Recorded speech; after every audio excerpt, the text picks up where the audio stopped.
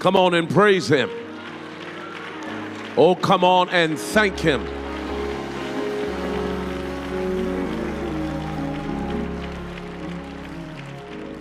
What a timely song. After hearing the word of encouragement, things have to flow together.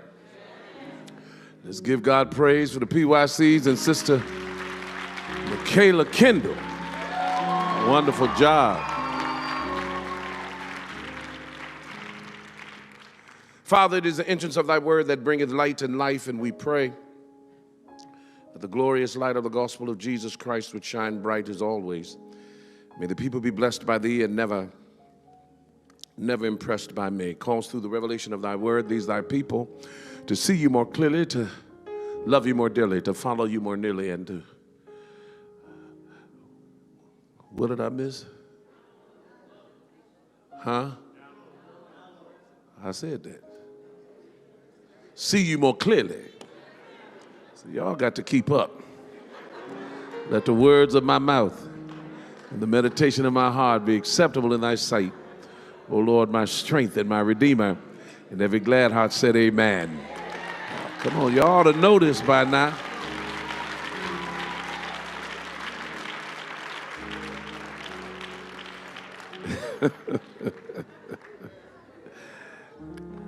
Hallelujah.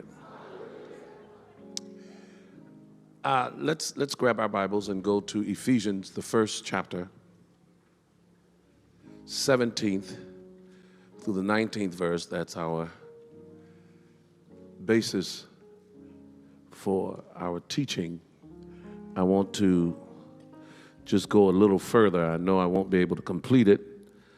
I just want to go a little further than we went this morning. Hallelujah. Ephesians 1 and 17. Those of you that are watching, please get your Bibles and join us. If you haven't, indicate by shouting amen. Hear the beginning of the reading of God's word. That the God of our Father, Jesus, our Lord, Jesus Christ, the Father of glory, may give unto you the spirit of wisdom and revelation in the knowledge of him, the eyes of your understanding being enlightened, that ye may know what is the hope of his calling and what the riches of the glory of his inheritance in the saints, and what is the exceeding greatness of his power to usward who believe, according to the working of his mighty power. So far the text. Would you look at your neighbor and say, neighbor, revelation through relationship. You may be seated in the presence of the Lord. This morning, we dealt with Abram and how he continued to walk with God. Glory to God. Glory to God.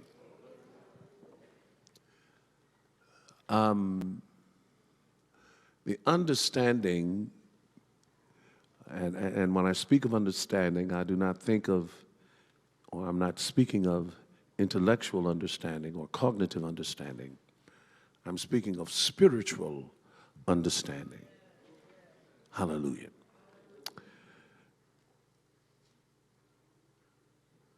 First Peter 2 says that desiring the sincere milk of the word that you may grow. There has to be growth in your spiritual intelligence. There has to be growth in what God, hallelujah, is doing in you. It's not like you come to church, go into a spiritual phone booth, and come out, dun, dun, dun, dun, faster than a speeding bullet and more powerful than a locomotive, able to leap tall buildings at a single bound. Some of these young people don't know what I'm talking about. But that's not how it happens. You don't just go to sleep one day and wake up and you're a spiritual Superman. You have to walk with him.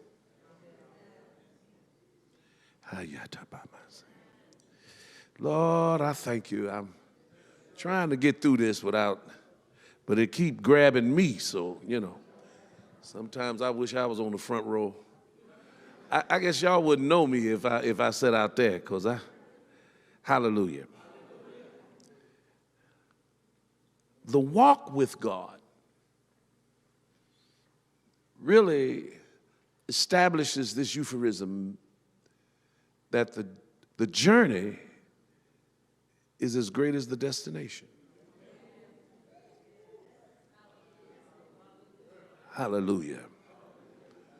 Every step is worth it. Yeah. You can bring God all of your questions, bring him you. And the wonderful thing about it is that he has the patience to work with you.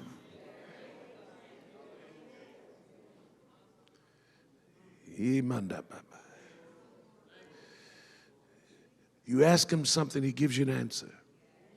He tells you to let this go, let it go. You walk with him.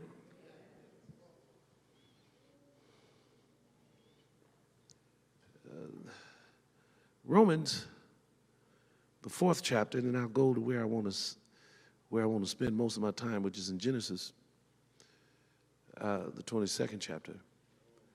But in Romans, the 4th chapter, the Apostle Paul gives us an insight to what was really going on. He says in that 16th verse, therefore it is of faith that it might be grace. To the end, the promise might be sure to all the seed. Not to that only which is of the law, but to that also which is of the faith of Abraham, who is the father of us all. As it is written, I have made thee a father of many nations, before him whom he believed God, even God who quickeneth the dead and calleth those things which be not as though they were. What did Moses have to face?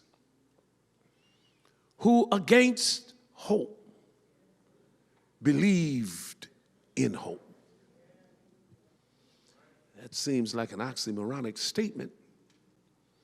How can I, against hope, believe in hope? Well, there's two kinds of hope. The against hope was looking at the condition of his flesh. Him being 100 years old, his wife being 90.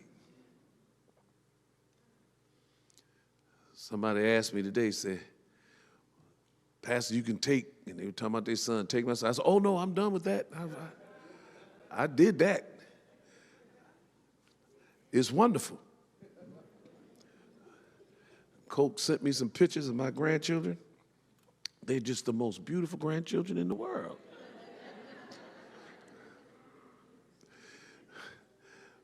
But the wonderful thing about grandchild is you get to give them back.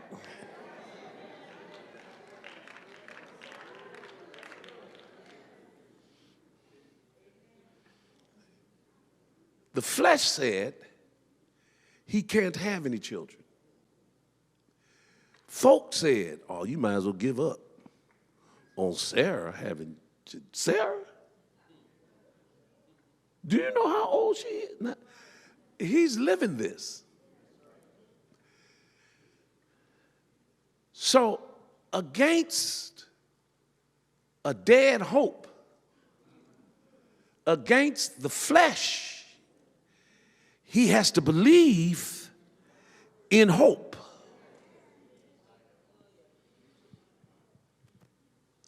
I'm believing him because he gave me a word that I would become the father of many nations. You got that? Because I'm getting ready to put it in fast forward. And just like God said, Isaac was born.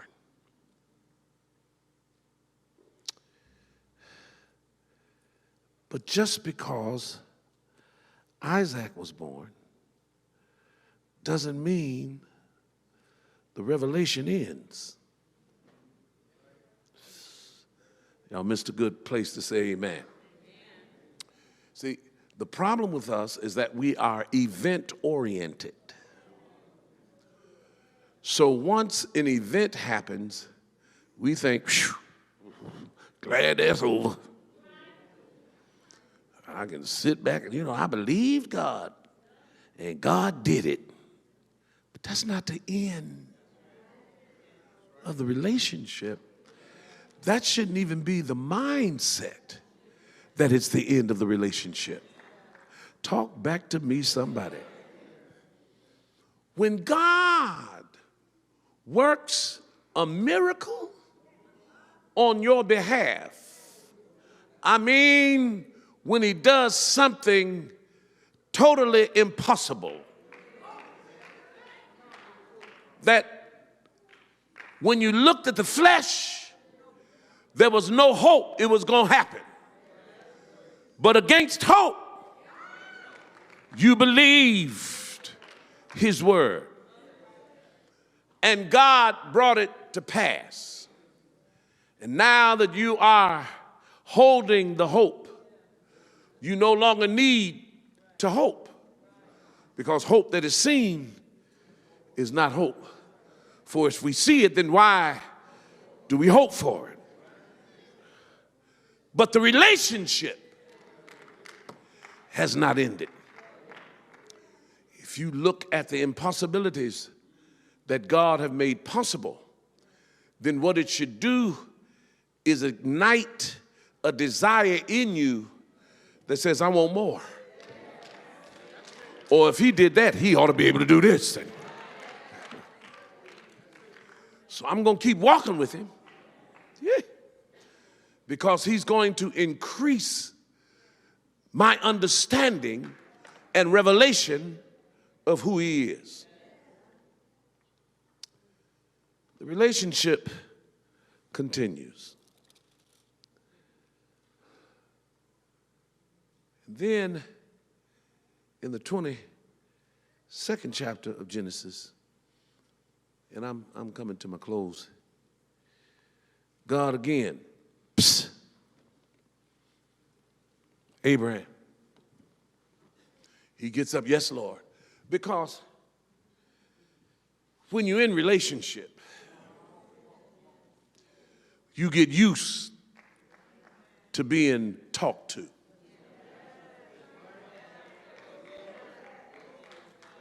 When you're in relationship, you get used to being abruptly interrupted.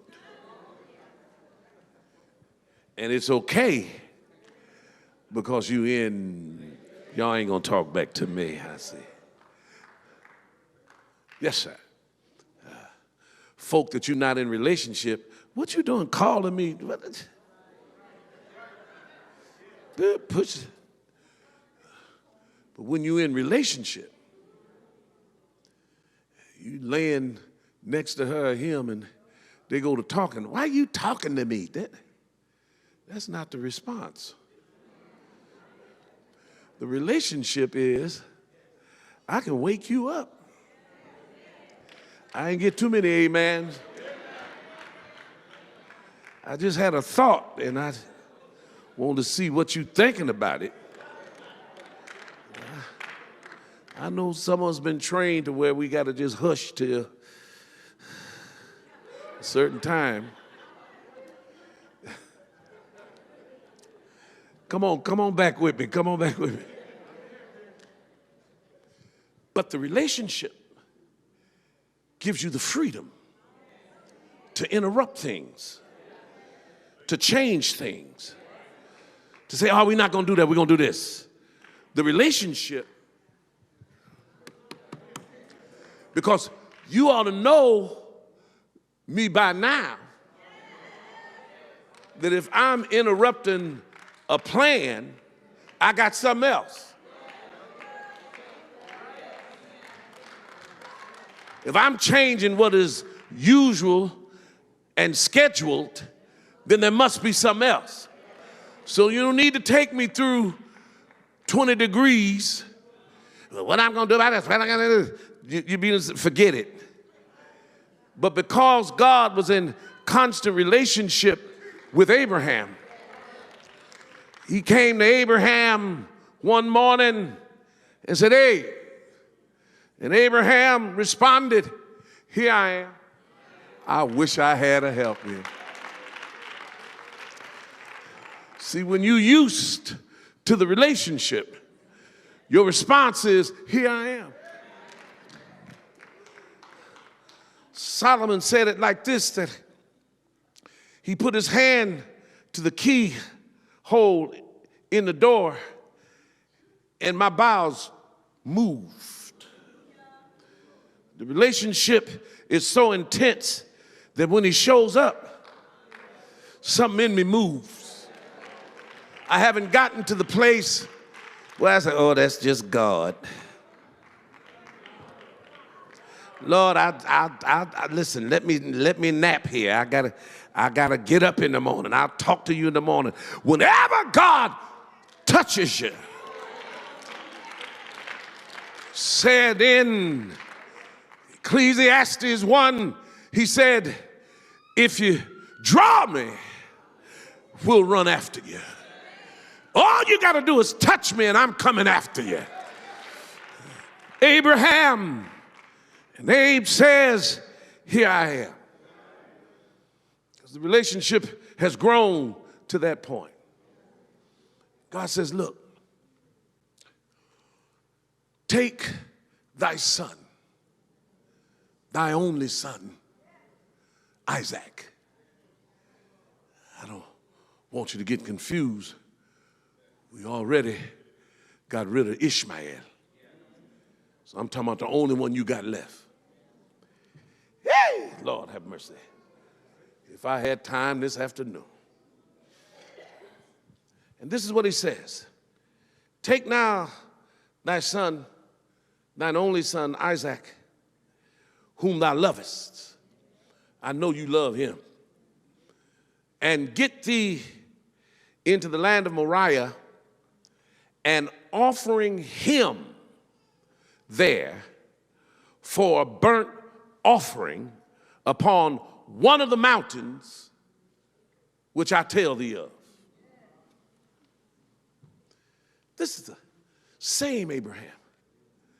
Well, he was Abram at the time that his wife said, maybe God don't want me to have a child. Maybe you ought to marry Hagar, and I can be a surrogate mother. And he said, you think?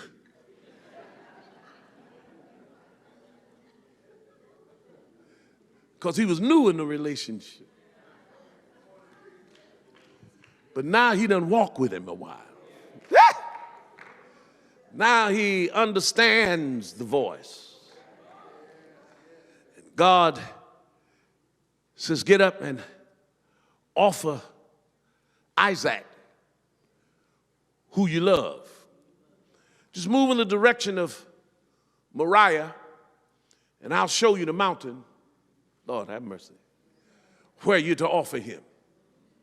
This is what's interesting. That next verse, that third verse says, and Abraham rose up early in the morning. I'm in the relationship. I've received the orders. I understand what God is saying. I've grown to the point where I no longer question his intent. He's always right. And he's always for me. And I'm not going to allow what he's blessed me with to impede the relationship. I just said something. I said, I'm not going to allow what he's blessed me with to impede or interfere in the relationship. In other words, there's nothing God can give me that I'm not willing to give him back. Well, I'll preach now. So he gets up, and because he understands the walk with God, he understands that revelation happens through relationship. So I'm going to keep walking with him.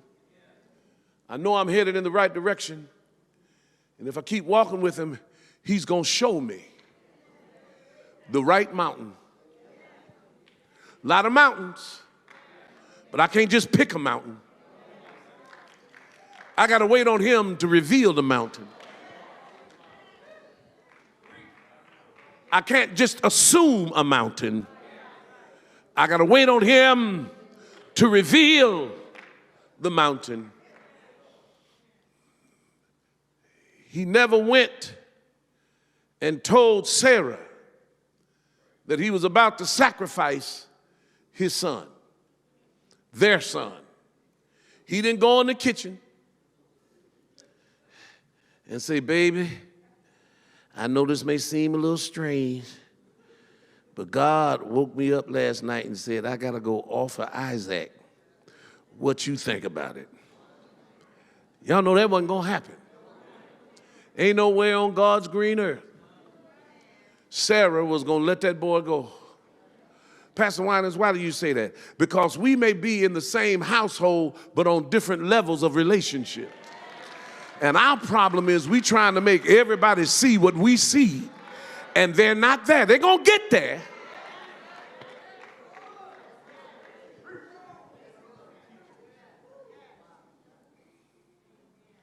So we ain't even going to stir that up.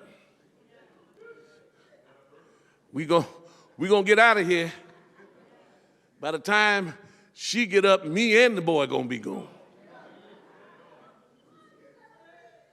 They're on their way. Then God says, that's the mountain. He stops the caravan and tells the two men that are with him, y'all stay here. That's the problem. That's the problem. That's a problem. We're trying to take everybody. We want all our friends and aces and, they go with me everywhere. Well, they can't go here. And why can they not go? Because they're not on the same level of relationship.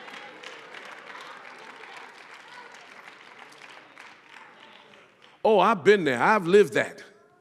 Telling somebody something, you know what, God told me he gonna do this, and then all you got is, God ain't said that. Now, if I would have told you, I don't hear nobody talking to me. Because everybody think they know God just as well as you. I've been saved so long, and God ain't never did that. I'm talking to somebody here. God says, that's the mountain. Abraham stops the caravan and says, y'all two, stay here.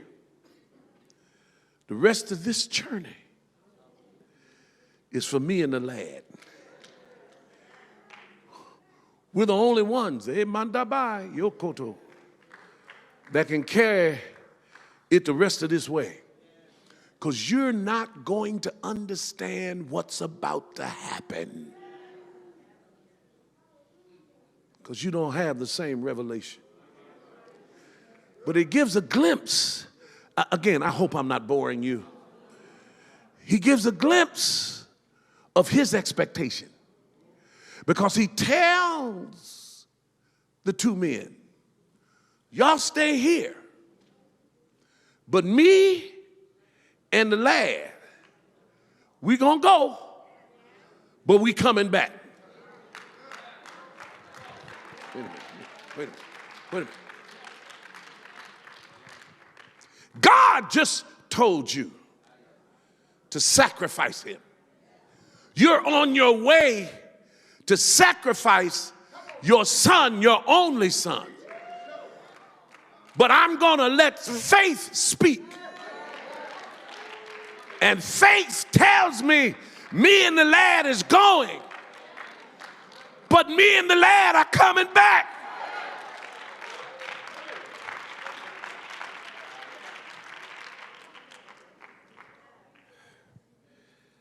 Tell somebody I'm on the right mountain. Y'all tired. Y'all ain't saying it like y'all mean it. Look at your neighbor and say, I'm on the right mountain. Yeah. I'm learning how to give limited information.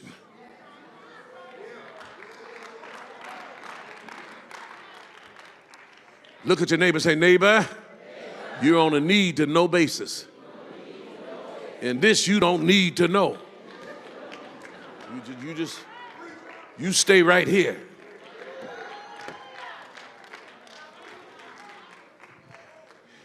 He brings the lad. Lad is carrying the wood, carrying the rope on his way to wherever his daddy's leading him. And his father ain't told him what the deal was, because he might have ran off the mountain. The boy looks up and says, Dad, I see the wood. I see the rope. I see the instruments of sacrifice. But Daddy, you might be getting old because we forgot the lamb. We forgot the thing that's supposed to be offered.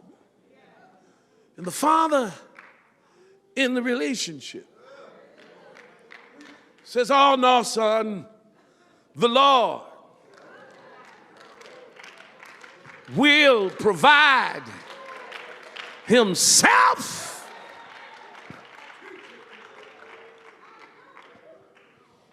You just keep walking and tell your neighbor, just keep walking with me. You may not understand everything I'm doing, but just keep walking with me. I may not be able to explain intellectually. I may not be able to explain intimately what's going on, but just keep walking with me. Look at your neighbor and say, keep walking with me, because I know I'm on the right mountain. I know I'm on the right mountain.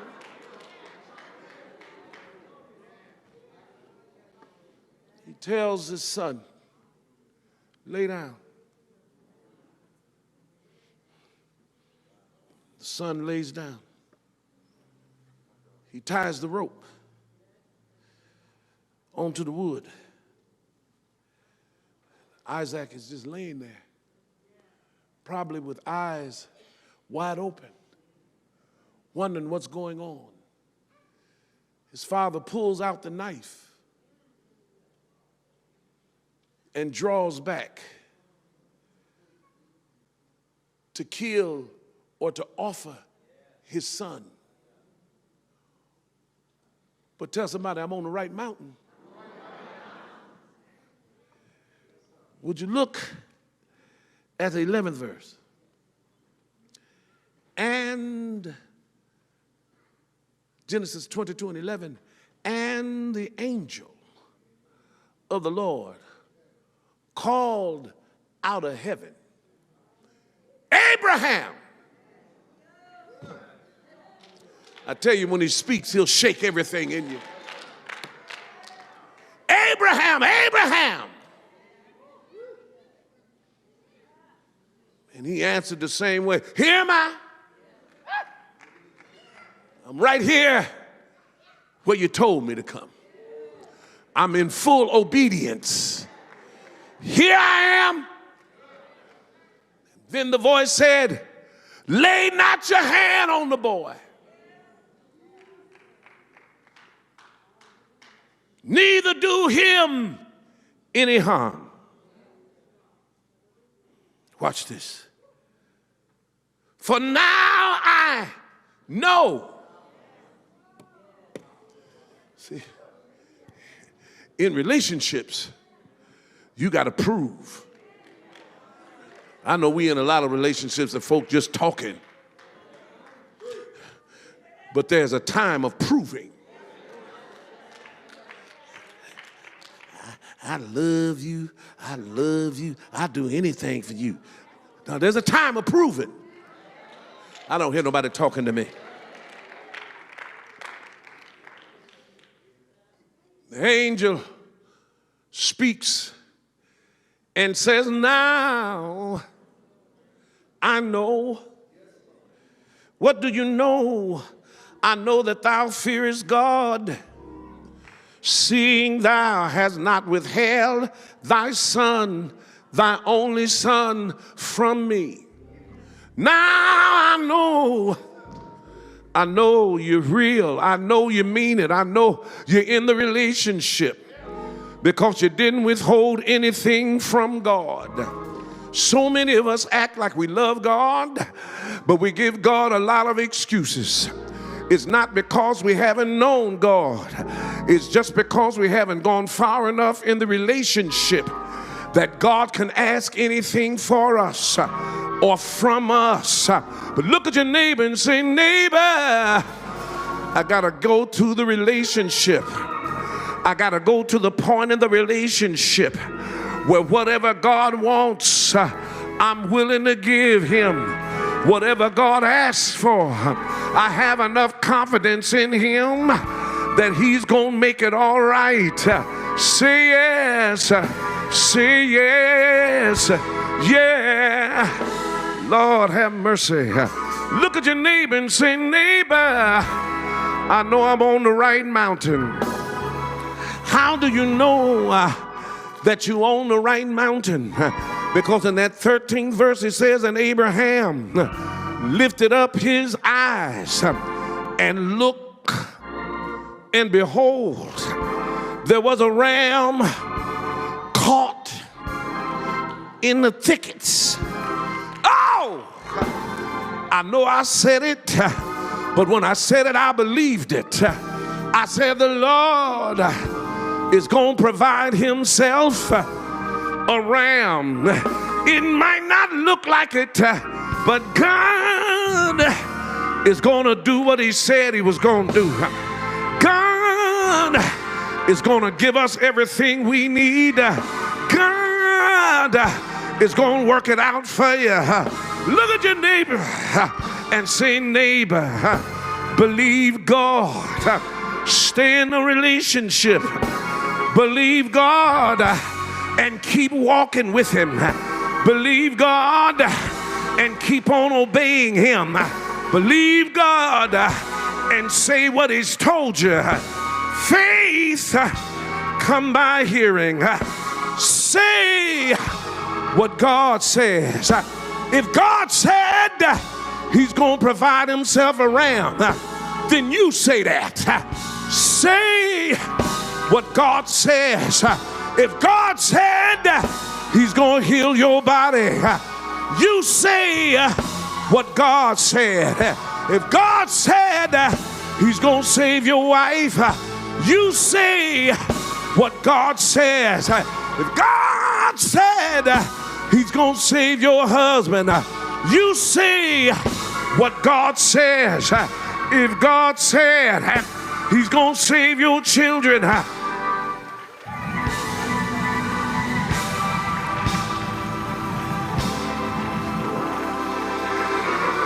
if he said he's going to give you a new job, say what God says. Yes.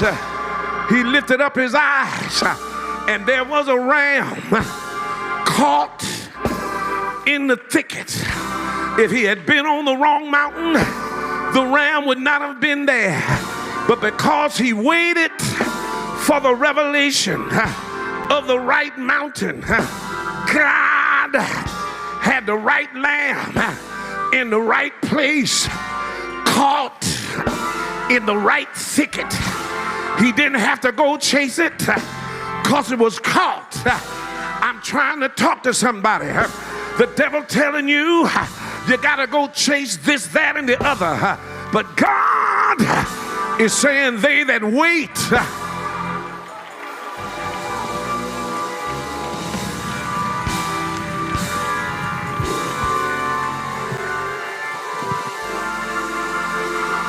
They that wait on the Lord. Wait on him. Wait on him.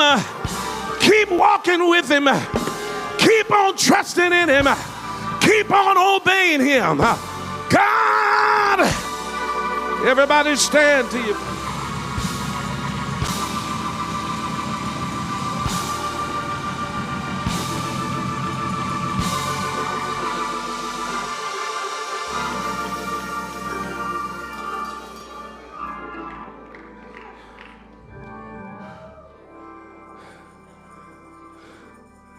I hope I've done a good enough job of showing you that you're not going to know everything when you start out. And the more we complain, the more we murmur, the more we delay what it is God's trying to do. It might be tough right now, but keep walking with him.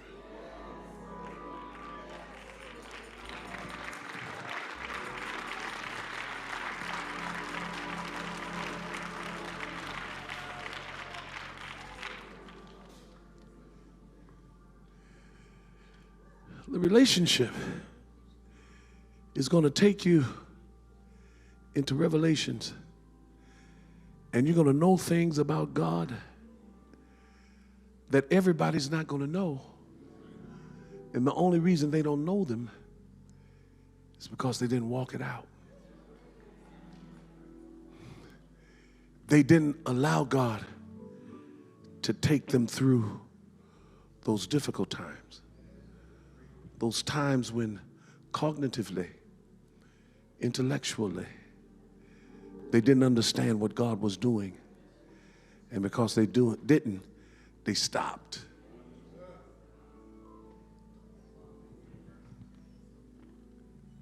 Hallelujah. Go back to the key of C. Let's sing it one more time, and I'm done for the day. Even me, Lord, even me, you have chosen, even me. Let your wisdom, revelation shine for all to see.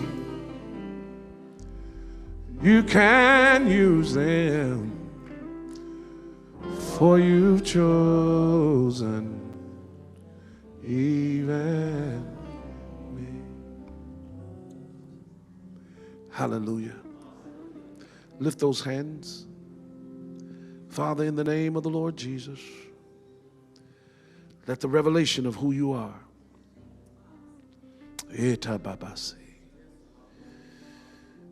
even this week as we come with urgency to seek your face.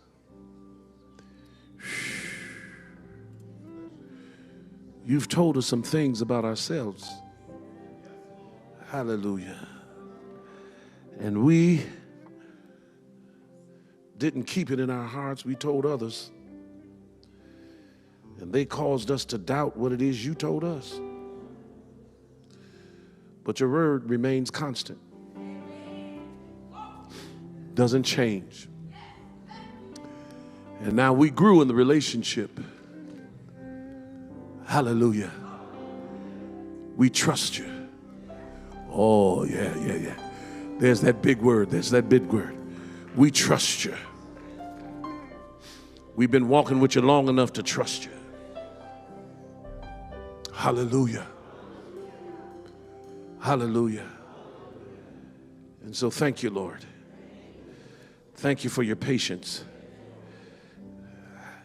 I praise you for who you are and for what you're doing in us. In the name